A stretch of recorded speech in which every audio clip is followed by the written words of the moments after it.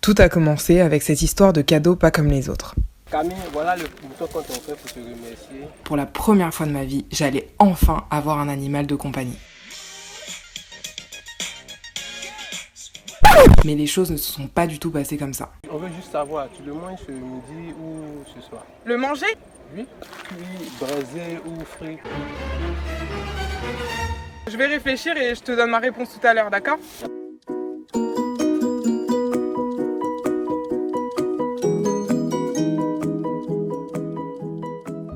Les animaux étant des choses, ils n'ont ni droit ni obligation, ils sont traités sur le plan juridique comme votre téléphone, votre machine à laver ou votre télé. En pratique, les choses sont un peu différentes. On va essayer de les protéger puisque les animaux sont des êtres vivants dotés de sensibilité.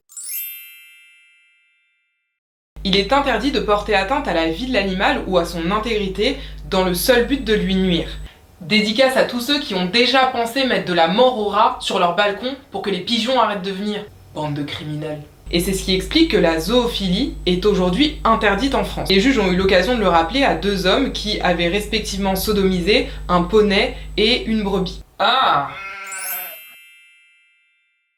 Il est possible de porter atteinte à la vie de l'animal lorsque cette atteinte est justifiée par la préservation de la santé ou de la vie d'un être humain. C'est ce qui explique qu'on puisse tuer un animal pour le manger ou qu'on puisse procéder à des essais cliniques sur des animaux de laboratoire. Tu vois, ce truc de faut manger de la viande pour être en bonne santé, c'est bien un truc de carnivore. Est-ce que tu sais que le tofu, ça t'apporte un quart des ressources journalières demandées en...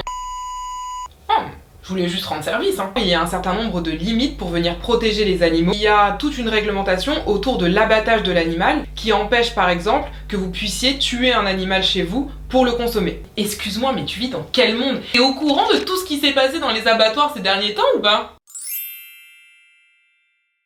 Le débat se porte davantage sur des pratiques qui mettent en jeu les animaux sans que ces atteintes soient justifiées par la préservation de la santé ou de la vie de l'homme. L'exemple typique est celui des corridas.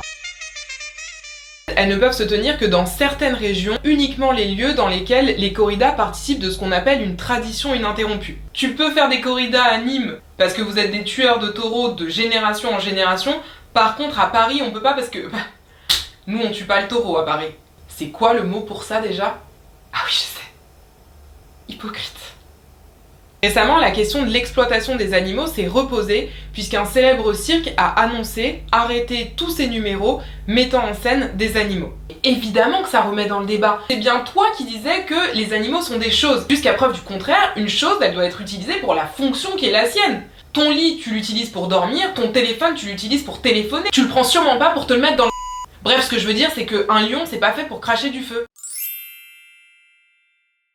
Moi, tu vois, je pense qu'on devrait libérer tous les animaux de tous les cirques et de tous les zoos et que tout le monde soit en liberté. Que tout le monde s'entende avec tout le monde et que tout le monde respecte tout le monde. Sauf les serpents. J'ai jamais aimé les serpents. Les araignées, les scorpions. Les zoos participent aussi d'une recherche scientifique, de la préservation et de la protection d'un certain nombre d'espèces menacées ou en voie de disparition. Plus que l'interdiction en tant que telle, il est plus raisonnable de rechercher une meilleure protection des animaux dans les lieux dans lesquels ils sont gardés en captivité.